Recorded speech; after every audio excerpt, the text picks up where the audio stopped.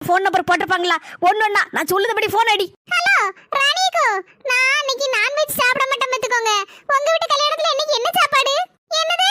சாம்பார், அவியல், பருப்பு பாயசம், பச்சடி கிச்சடியா? இது சரிப்படாது. Next. Hello மணியனே, நான் இன்னைக்கு புதன்கிழமை